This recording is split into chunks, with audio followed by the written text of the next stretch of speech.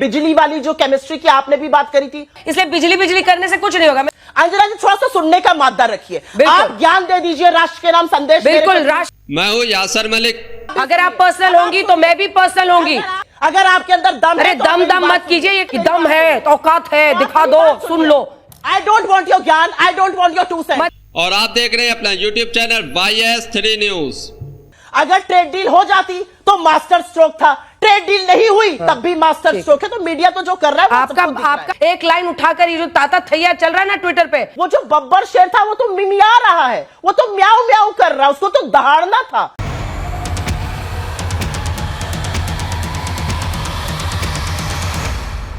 गोदी media anchor Anjana Om Kashyap और कांग्रेस की प्रवक्ता सुप्रिया श्रीनेत के बीच में हुई तीखी बहस। अमेरिका ने जो भारत पर 50% टैरिफ लगाया था उसकी शुरुआत हो चुकी है, यानी कि वो लागू हो चुका है। उसी को डिफेंड आज भी गोदी मीडिया की एंकर अंजना ओम कश्यप कर रही थी, आज भी मोदी को बचाने की कोशिश कर रही थी। तो कांग्रेस की प्रवक्ता सुप्रिया श्रीनेत ने जब उनको याद दिलाया कि किस तरीके से वो जो है एंकरिंग करती थी और उस समय प्रधानमंत्री मोदी और डोनाल्ड ट्रंप की दोस्ती के चर्चे करती थी, बिजली कड़कती है स्टेज पर जब दोनों मिलते हैं, इस तरीके की जब लाइनें याद दिलाई और बिजली वाली केमिस्ट्री का जिक्र किया तो गोदी मीडिया एंकर अंजना ओम कश्यप यानी बिजली वाली मैडम भड़क गई, गुस्सा हो गई और बौखलाने लगी। जिसके बाद कांग्रेस की प्रवक्ता सुप्रिया श्रीनेत ने उनकी अच्छी तरीके से रिलाई कर दी, उनको अच्छा तरीके से सबक सिखाया। उसके बाद गोदी एंकर अंजना ओम कश्यप गलती मानने लगी और जो कहा आप लोग जरूर देखकर जाइए कैसे बिजली वाली मैडम को मिर्ची लगती है जब सुप्रिया श्रीनेत उनकी पुरानी एंकरिंग को याद दिलाती हैं। तो आप लोग पूरी डिबेट देखिए, बहुत शानदार डिबेट है। 50% टैरिफ पर बहुत अच्छे तरीके से कांग्रेस की प्रवक्ता ने समझाया है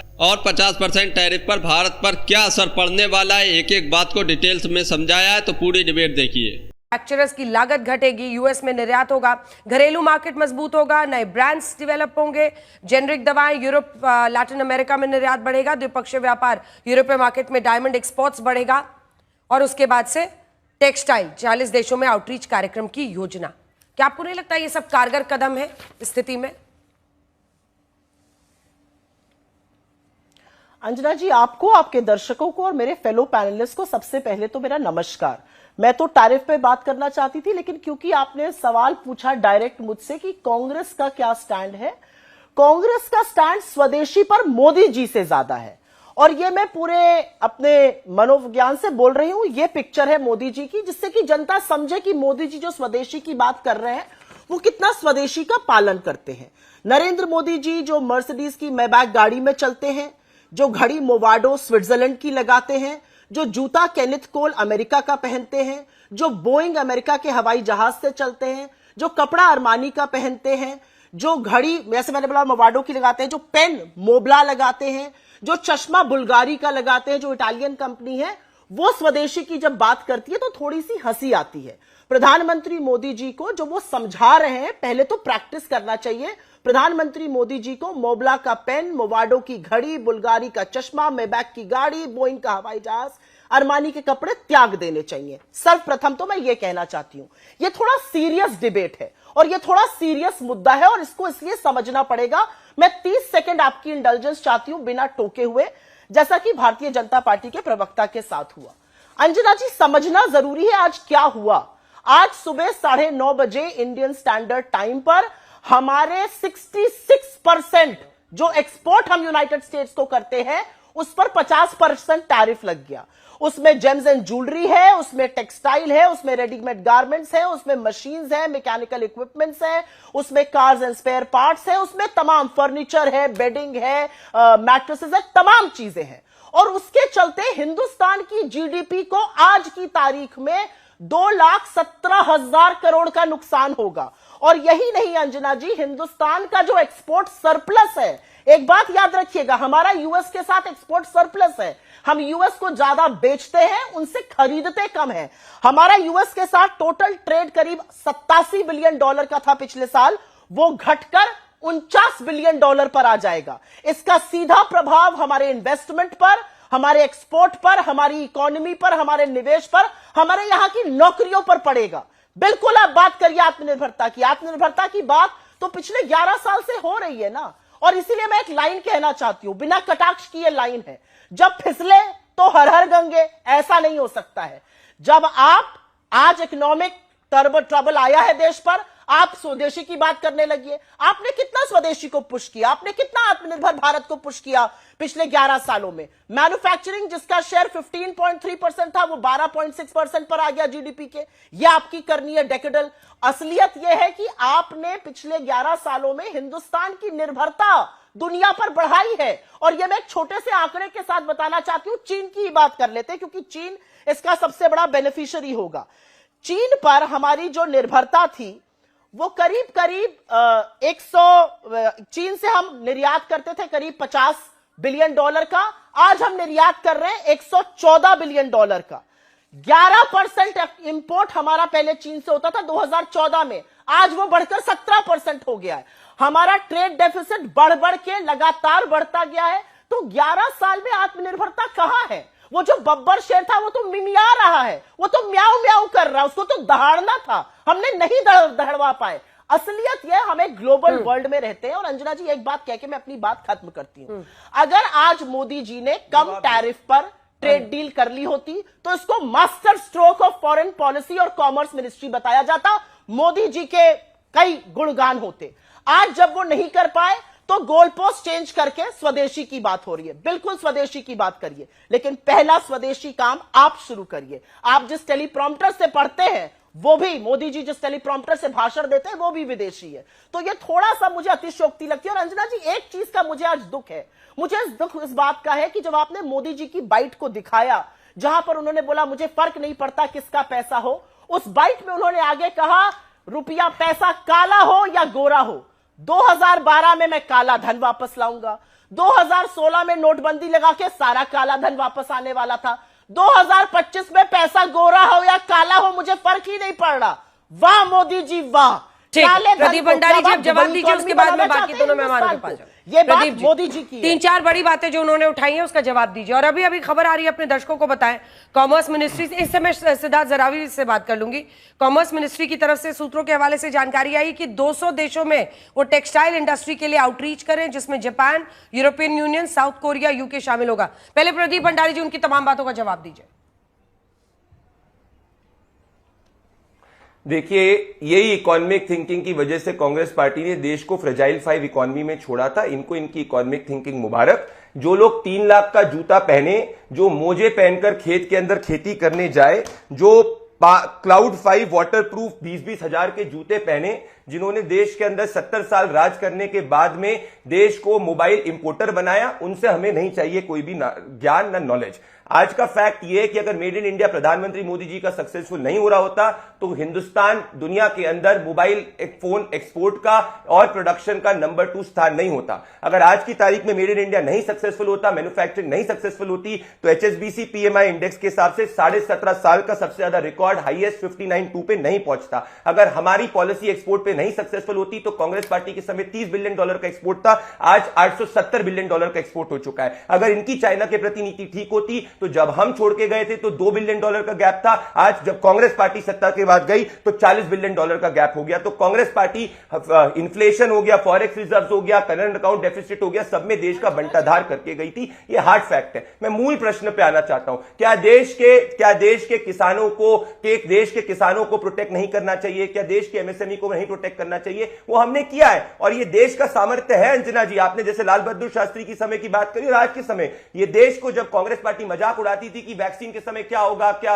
ये फाइजर वैक्सीन की बात करते थे, हमने मेड इन इंडिया वैक्सीन बनाई और 200 करोड़ से ज्यादा जो डोजेज है वो मेड इन इंडिया हुए, जिसका कांग्रेस मजाक उड़ाती थी। तो कांग्रेस को मजाक उड़ाने दीजिए हमारे किसानों का, लघु उद्योग का। हमारे किसानों लघु उद्योग आज भी कंट्रीब्यूट करते हैं और कल भी कंट्रीब्यूट करेंगे और अर्थव्यवस्था तो हमारी $4 ट्रिलियन की पहुंच चुकी है। चौथी सबसे बड़ी अर्थव्यवस्था है, तीसरी बड़ी पहुंचेगी। कांग्रेस ने हमको 13वीं पे छोड़ के गया था, हमें कांग्रेस से कोई ज्ञान की जरूरत नहीं है। डिबेट को पूरा देखकर जाइए। अभी आगे बिजली वाली मैडम और सुप्रिया श्रीनेत बहुत ज्यादा तीखी बहस करने वाली हैं और बिजली वाली मैडम यानी अंजना ओम कश्यप भड़क जाएंगी, गुस्सा हो जाएंगी। उसके बाद उनकी कैसी रिलाई होगी देखिए जी जवाब, जिसके बाद मैं बाकी दोनों मेहमानों के पास जाऊं।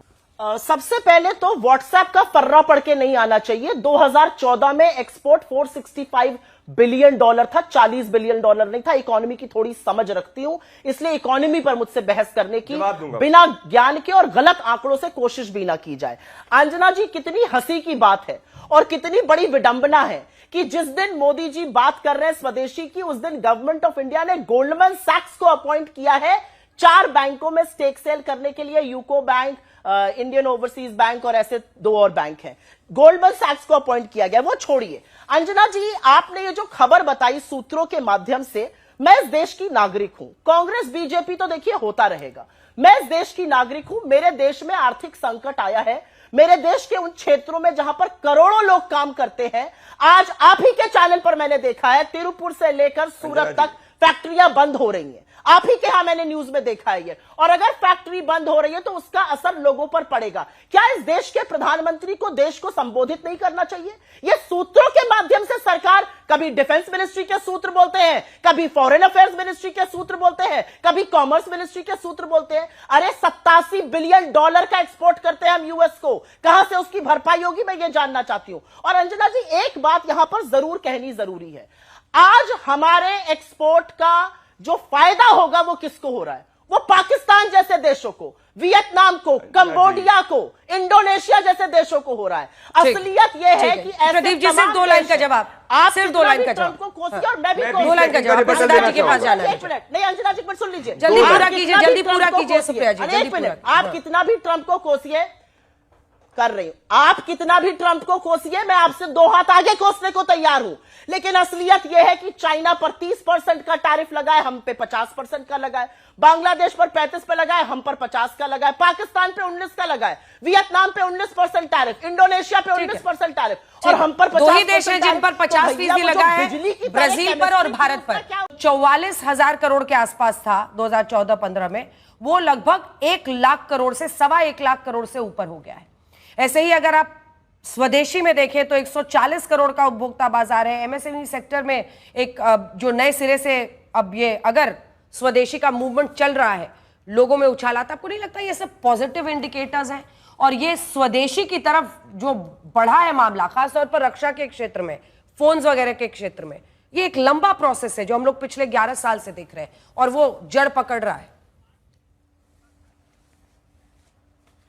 नहीं, अगर इतनी जड़ पकड़ रहा होता, अगर इतना बढ़िया लंबा अच्छा प्रोसेस होता तो मैन्युफैक्चरिंग का जो पार्ट है जीडीपी में वो बढ़ जाता ना। वो घट क्यों गया 2014 से?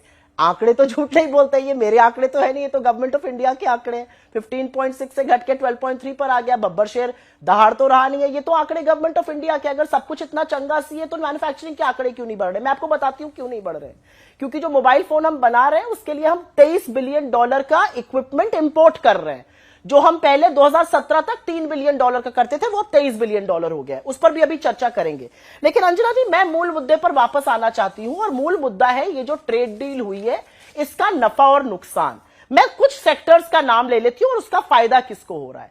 हमारा टेक्सटाइल और जो रेडीमेड गारमेंट का सेक्टर है वो हिट होगा 50% टैरिफ से। फायदा होगा बांग्लादेश को, वियतनाम को, मेक्सिको को, तमाम ऐसे देशों को, डोमिनिक रिपब्लिक को भी फायदा होगा। डायमंड में फायदा होगा इजराइल को, बेल्जियम को, थाईलैंड को, मेक्सिको को, चाइना को। एग्रीकल्चर और मीट में जिस पे हमारे टैरिफ लग रहा है, पाकिस्तान, थाईलैंड, वियतनाम और कीनिया को फायदा होगा। हैंडीक्राफ्ट्स में चाइना को, टर्की को, वियतनाम को फायदा होगा। लेकिन यहां पर मैं 1-2 बातें आपकी जानकारी के लिए और आपके व्यूअर्स की जानकारी के लिए रखना चाहती हूं। 58 पे रुपया मिला था 2014 में, 88 पर दस्तक लगा रहा है। इधर उधर की बातें मत करिए, रुपए को कहां से कहां तक ले आए, कोई अभी यहां पे बात कर रहा था। और मैं फिर से एक बात बीजेपी से समझना चाहती हूं, जो बीजेपी के प्रवक्ता है या आपके जो बिजनेस एडिटर है, उनसे मैं समझना चाह रही हूं। जब मोदी जी कहते हैं रुपया काला हो या गोरा हो उससे मुझे फर्क नहीं पड़ता, ये कैसे कह सकते हैं?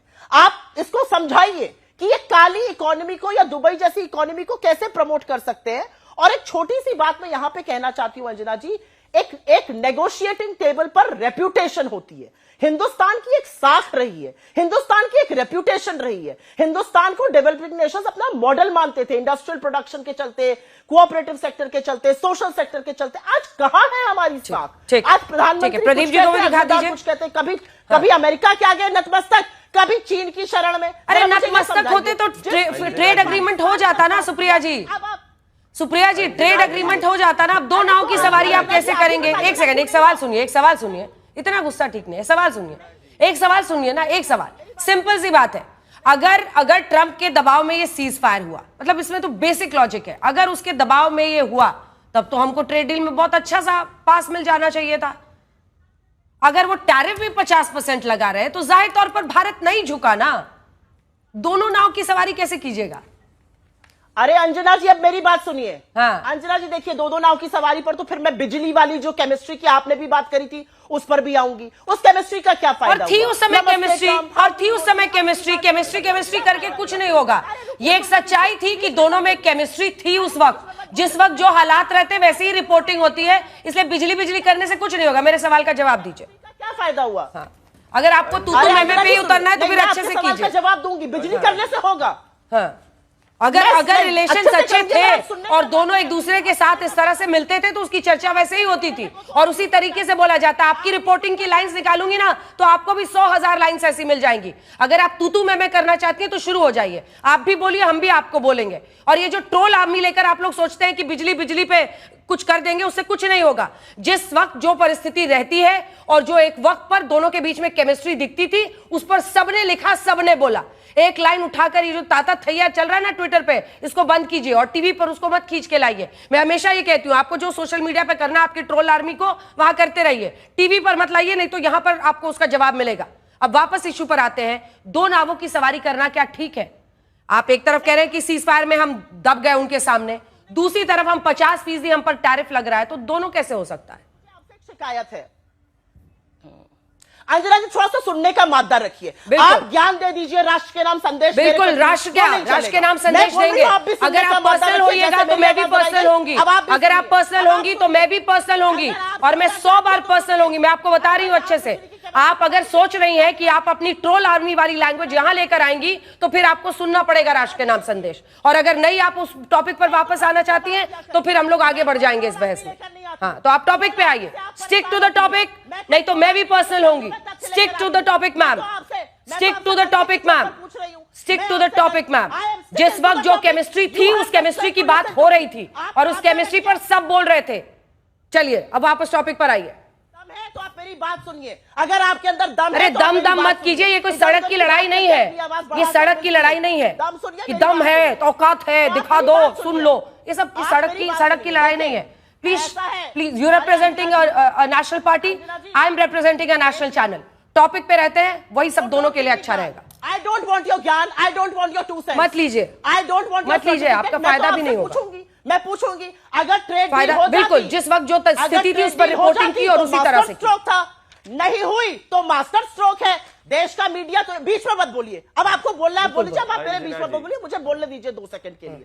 अगर ट्रेड डील हो जाती तो मास्टर स्ट्रोक था, ट्रेड डील नहीं हुई तब भी मास्टर स्ट्रोक है। तो मीडिया तो जो कर रहा है आपका जो बैकलॉग है ना मीडिया वाला, वो जा नहीं रहा है, इसीलिए आप हेडलाइंस दे रही हैं। आज तक पर बैठी हैं, आज तक पर जो लिखा है सामने लिखा है। मीडिया को लेकर आप अपनी थीसिस कहीं और जाके बताइएगा प्लीज। सुप्रिया जी, मैं सही बता रही हूँ, जवाब देना चाहूंगा। सबका टाइम बर्बाद कर रही हैं आप, अपना भी कर रही हैं और दर्शकों का भी कर रही हैं। आप ज्ञान मत दीजिए ना, अब ज्ञान मत बोलिए, ज्ञान तो आप दिन भर बैठ के देती रहती है, दूसरों पर बैठ के नहीं। ये ट्रोल आर्मी वाली भाषा यहाँ मत लाइएगा, एकदम मत लाइएगा ट्रोल आर्मी की भाषा। जाकर वहां ताता थैया करिए ट्विटर पर, और ये दम है तो बोल के दिखाओ, दम है तो सुन के दिखाओ, इस तरह की भाषा मैं टीवी पर इजाजत नहीं दूंगी। आवाज नीचे कीजिए। प्रदीप भंडारी जी, हो गया, आपको टॉपिक पर नहीं बोलना है, आपको मीडिया पर विश्लेषण करते रहना है, मैं इसकी इजाजत नहीं दूंगी और ना ये लड़ाई पर्सनल होने दूंगी। प्रदीप भंडारी जी बोलिए। सवाल ये है कि अब चैलेंज इतना बड़ा है, सवाल इतना बड़ा है कि ये चैलेंज है। हम लगातार शुरू से दिखा रहे हैं किस क्षेत्र में किस तरह का लॉस होगा, कितना लेबर इंटेंसिव है, कितने लोगों का रोजगार जुड़ा हुआ है। स्ट्रैटेजी तो आप ही को बनानी है, आप सरकार है साहब। आपको ये डिबेट देखकर कैसा लगा, इस पर अपनी राय जरूर देकर जाइए। और जो सुप्रिया श्रीनेत ने बिजली वाली केमिस्ट्री का जिक्र किया और जिस पर बिजली वाली मैडम भड़क गई, उसके बारे में क्या कहते हैं कमेंट जरूर करके जाइए। पूरे के पूरे चैलेंज को अपॉर्चुनिटी में कन्वर्ट करेगा, हमें भारतीयों पे विश्वास है।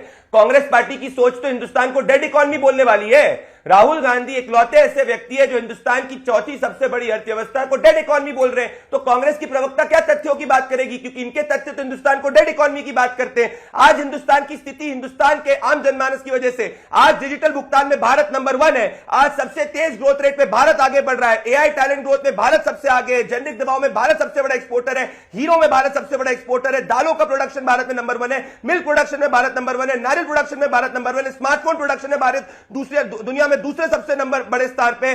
भारत के अंदर स्थिति है कि एक्सपोर्ट 67% बढ़े, मर्चेंडाइज एक्सपोर्ट 39% बढ़े, सर्विस एक्सपोर्ट 124% बढ़े और मोबाइल इकोनॉमी 78% सुप्रिया जी, तो वही लोग थे जो कहते थे कि भारत डिफेंस एक्सपोर्टर नहीं बन सकता। आज 20,000 सुप्रिया जी जवाब दीजिए इनकी बातों का। और क्या मैन्युफैक्चरिंग का झूठा डेटा कोट करती है? ये एचएसबीसी का डेटा है मैन्युफैक्चरिंग का, 60 क्रॉस कर चुका है, जो पहली बार ऐसा चुप हो जाइए अब आप। एचएसबीसी का डेटा नहीं, गवर्नमेंट ऑफ इंडिया का डेटा कोट करती हूं, जो आपको शायद समझ में नहीं आता है। असलियत ये है, बोलिए सुप्रिया। असलियत ये है अंजना जी कि यूएस के साथ जब हम ट्रेड कर नेगोशिएशन प्रदीप जी अब उनको बोलने दिए, टाइम कम है, देखिए कहां पर एंड अप हुए। और असलियत ये भी है, बोलिए असलियत ये है कि हमारा इरोजन ऑफ रेप्यूटेशन हो रहा है। अगर हम अमेरिका के साथ एक ट्रेड डील नहीं कर पाए तो उसको मास्टर स्ट्रोक कहना, और कर लिया तो मास्टर स्ट्रोक, वो अलग बात है। लेकिन जब हम दूसरे देशों के पास जा रहे हैं तो उनको पता है कि हम अब पोजीशन ऑफ वीकनेस से आ रहे हैं। तो दोस्तों, आप लोगों ने पूरी डिबेट देखी। आप लोग इस डिबेट के बारे में क्या कहते हैं, अपनी राय इस पर जरूर देख कर जाइए।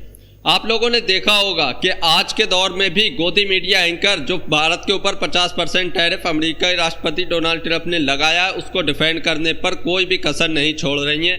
आज भी मोदी सरकार को बचाने की कोशिश कर रही हैं और बीजेपी के प्रवक्ता से इस पर सवाल पूछने की बजाय बीजेपी के प्रवक्ता को प्रोटेक्ट किया जा रहा है, जबकि विपक्ष से ही इस चीज के ऊपर सवाल पूछा जा रहा है। जिसके बाद कांग्रेस की प्रवक्ता सुप्रिया श्रीनेत ने जब उनकी पुरानी एंकरिंग यानी पुरानी पत्रकारिता जो उस समय प्रधानमंत्री नरेंद्र मोदी और अमेरिकी राष्ट्रपति डोनाल्ड ट्रंप की दोस्ती के ऊपर जो भी पत्रकारिता करती थी और जो भी केमिस्ट्री बताई जा रही थी कि बिजली कड़कती है जब दोनों स्टेज पर मिलते हैं, इस तरीके की जब एंकरिंग की थी, जब उसकी याद दिलाई, जब उसको दोहराया, तो खुद की ही एंकरिंग पर भड़क गई गोदी मीडिया की एंकर।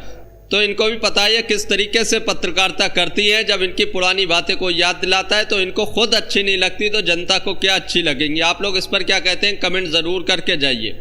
अमेरिका ने जो भारत पर 50% टैरिफ लगाया था उसकी दरें लागू हो चुकी हैं, यानी 50% टैरिफ अब भारत पर लग गया है, और जिसके चलते हुए भारत में टेक्सटाइल या वगैरह और जो बहुत से उद्योग हैं उनके ऊपर इसका असर पड़ना भी शुरू हो गया है। फैक्ट्रियां बंद होने लगी हैं, तो इसका असर भारत पर पड़ना शुरू हो गया। आप लोग इसके बारे में क्या कहते हैं जरूर बता कर जाइए। और अमेरिकी राष्ट्रपति डोनाल्ड ट्रंप ने एक बार फिर से भारत पाकिस्तान सीज फायर को लेकर बड़ी बातें कही। 42वीं बार वो खुद फिर बोले कि मैंने प्रधानमंत्री नरेंद्र मोदी को फोन किया और इस जो है युद्ध को रोकने की धमकी दी। अगर मैंने कहा कि अगर ये युद्ध नहीं रुकेगा तो फिर मैं ट्रेड डील नहीं करूंगा, तो ट्रेड डील की धमकी दी। ये 42वीं बार बोला है, लेकिन भारत के प्रधानमंत्री नरेंद्र मोदी की तरफ से अभी कोई कड़ी प्रतिक्रिया डोनाल्ड ट्रंप को नहीं दी गई है। सभी देशवासी और पूरा विपक्ष यही सोच रहा है कि प्रधानमंत्री नरेंद्र मोदी कड़ा जवाब दें अमेरिकी राष्ट्रपति डोनाल्ड ट्रंप को और सीधे शब्दों में कह दें कि हमने अमेरिकी राष्ट्रपति डोनाल्ड ट्रंप के दबाव में कोई सीज़फायर नहीं किया है, ये बिल्कुल झूठ बोल रहे हैं। इस तरीके के शब्दों का और इस तरीके की बातें सभी देशवासी सुनना चाहते हैं प्रधानमंत्री नरेंद्र मोदी से। और इसी बात को लेकर विपक्ष लगातार बीजेपी सरकार और प्रधानमंत्री नरेंद्र मोदी को लगातार घेर रहा है। सदन के अंदर भी यही हंगामा चलता रहा, लेकिन कोई भी नाम लेकर उसको कड़ा जवाब नहीं दिया गया। 42वीं बार डोनाल्ड ट्रंप ने ये बोला है, तो इस बार तो जरूर जवाब देना चाहिए। आप लोग इस पर क्या कहते हैं, कमेंट जरूर करके जाइए। अगर आप भी गोदी मीडिया का विरोध करते हैं तो हमारे चैनल YS3 न्यूज को अभी सब्सक्राइब कीजिए। आप लोगों ने ये पूरी डिबेट देखी है, तो आपकी नजर में आज की डिबेट का बेस्ट प्रवक्ता कौन है? सुप्रिया श्रीनेत कांग्रेस की प्रवक्ता या फिर प्रदीप भंडारी बीजेपी के प्रवक्ता? तो इन दोनों प्रवक्ताओं में से आपको किसने अपनी बातों से सहमत किया, फैक्ट के साथ सारी बातें रखी और किसकी बातें सच्ची थी? आप लोग इस पर जरूर बता कर जाइए आज की डिबेट का बेस्ट प्रवक्ता आपको कौन लगा। अगर आपको ये वीडियो अच्छी लगी हो तो इस पर एक लाइक एक कमेंट जरूर करके जाइए।